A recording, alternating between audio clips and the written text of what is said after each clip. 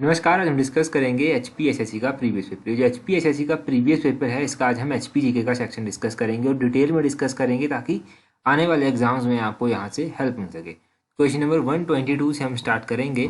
122 में क्या पूछा गया है? First recipient of doctor Y S. Parmar award in Himachali संस्कृति लिटरेचर वॉज। तो हिमाचली संस्कृति साहित्य में डॉक्टर वाई.एस. परमार पुरस्कार के प्रथम प्राप्तकर्ता कौन थे?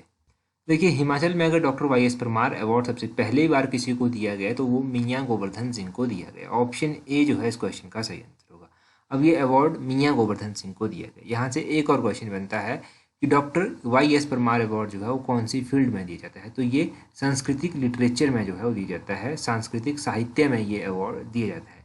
दो क्वेश्चन तो आपके यहीं से क्लियर हो गए। इसके अलावा जो लिंक्ड क्वेश्चन है यहाँ से वो भी आपके लिए इंपॉर्टेंट है।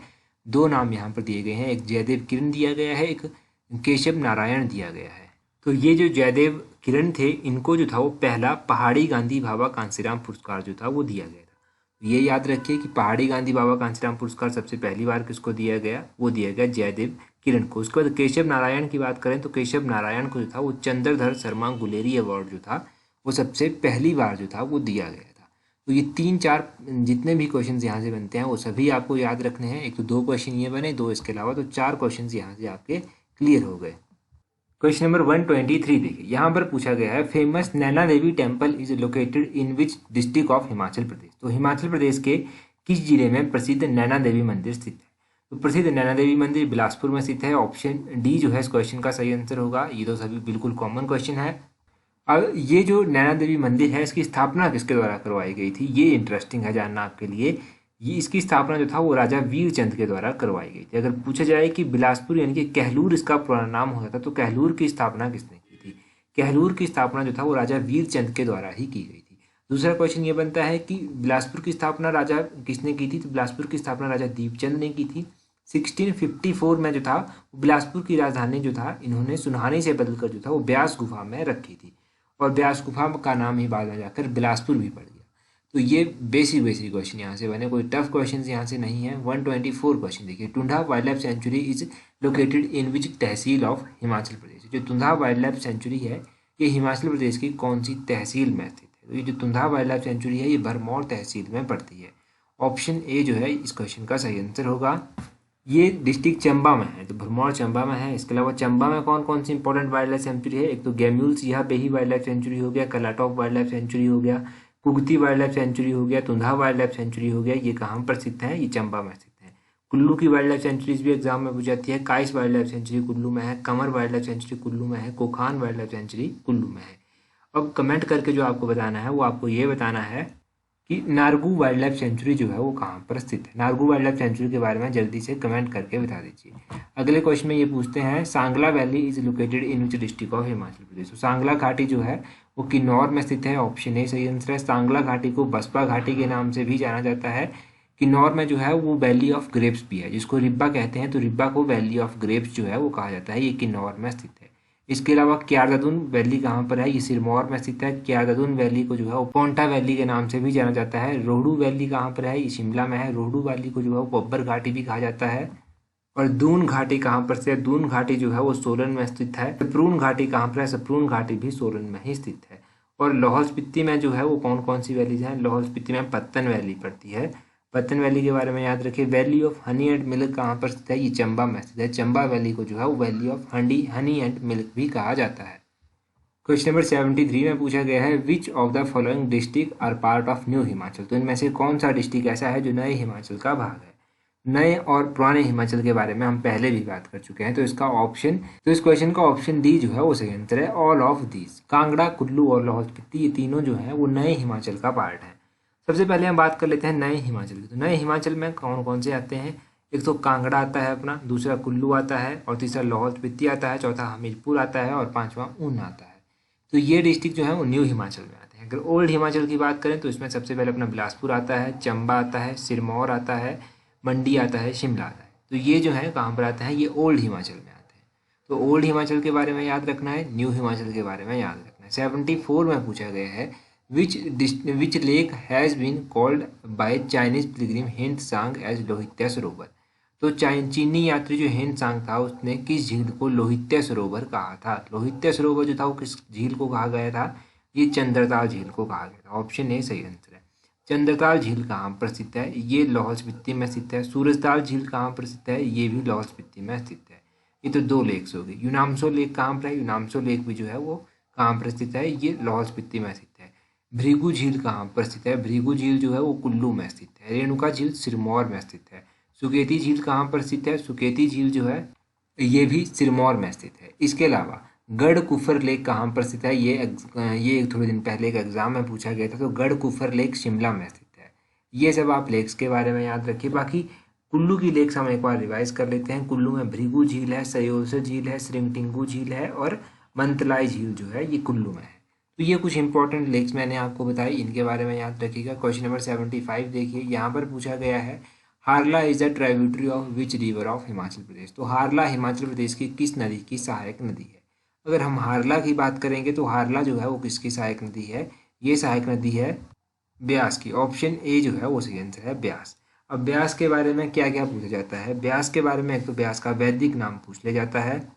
तो ब्यास नदी जो है इसका वैदिक नाम है अर्जिका। ब्यास की इंपॉर्टेंट सहायक नदियाँ जो है पूछी जाती हैं।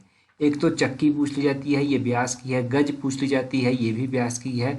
हारला पूछ ली जाती है, ये भी ब्यास की है। सोलंग इसकी है। पार्वती जो है ब्यास की है। पूजल हो गया, सरवारी हो गया, देहर हो गया, सोन हो गया, सैंज हो गया, ये कुछ सहायक नदियाँ हैं ब्यास नदी की। अब ये तो सहायक नदियों के बारे में आपको पता चल गया। बाकी वैदिक नाम एग्जाम में जो है वो पूछे जाते हैं। वैसे चेनाब नदी का वैदिक नाम क्या है? तो चेनाब की बात करें तो अस्किनी इसका वैदिक नाम है। रावी नदी का पुरुषानी वैदिक नाम है। सतलुज नदी का सतुद्री वैदिक नाम है।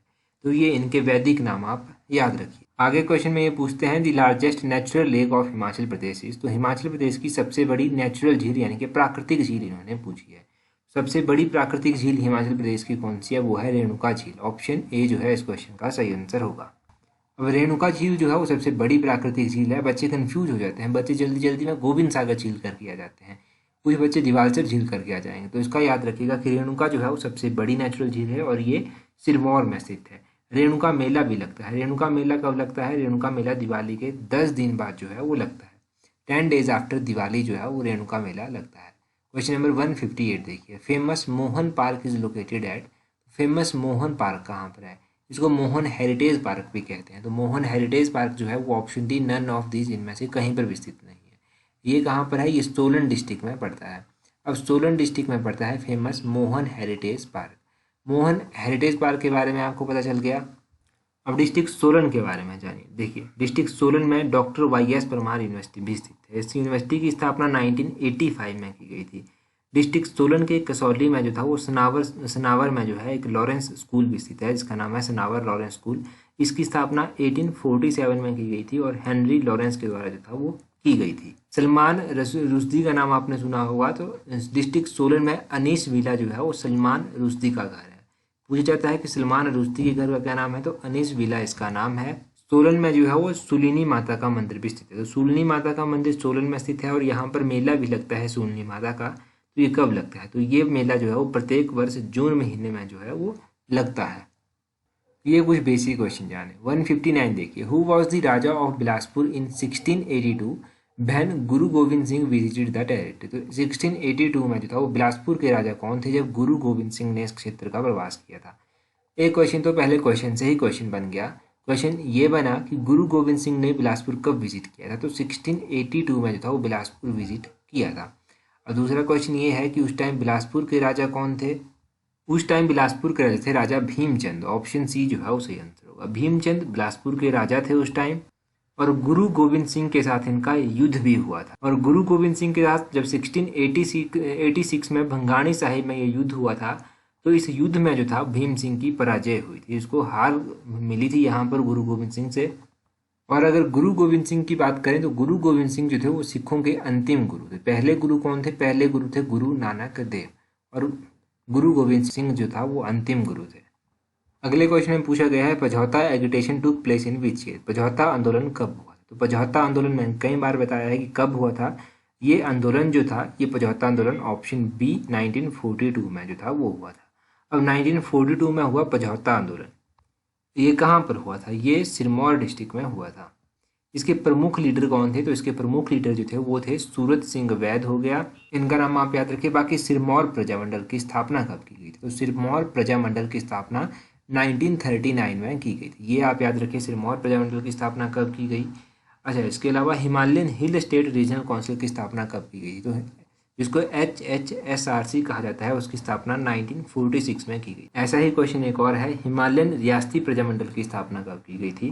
तो इसका ऑर्गेनाइजेशन जो था वो 1938 में की। 149 में पूछा गया है, Himachal Pradesh became union territory in which year? तो हिमाचल प्रदेश केंद्र शासित प्रदेश 1956 में बना था। ऑप्शन डी सही आंसर। कब तक रहा? 1956 से लेकर 1971 तक जो था ये रहा था। अब 1956 से लेकर 1971 तक तो ये केंद्र शासित प्रदेश रहा। जब 1971 में इसको पूर्ण राज्य का दर्जा दिया गया था तो उस टाइम में कौन से नंबर का राज्य भारत का बना था? उस टाइम ये 18वें नंबर का राज्य जो था वो भारत का बना था। अगर उसी तरह हिमाचल प्रदेश की हम बात करें तो हिमाचल प्रदेश जो था, हिमाचल प्रदेश का गठन कब किया गया था? इसका गठन 15 अप्रैल 1948 को किया गया। तो उस टाइम यहाँ पर कितनी रियासतें हुआ करती थी? उस टाइम यहाँ पर 30 रियासतें हुआ करती थी। इनमें से 26 शिमला हिल स्टेट्स की थी और 4 पंजाबी पहाड़ी रियासतें थी। ये आप याद रखिए। और जब ये स्थापित किया गया था, गठन किया गया था हिमाचल प्रदेश का, तो उस टाइम यहाँ पर 4 डिस्ट्रिक्ट थे। 5वें नंबर का डिस्ट्रिक्ट कौन सा बना था? बिलासपुर बना था। और 6ठे नंबर का डिस्ट्रिक्ट किन्नौर बना था।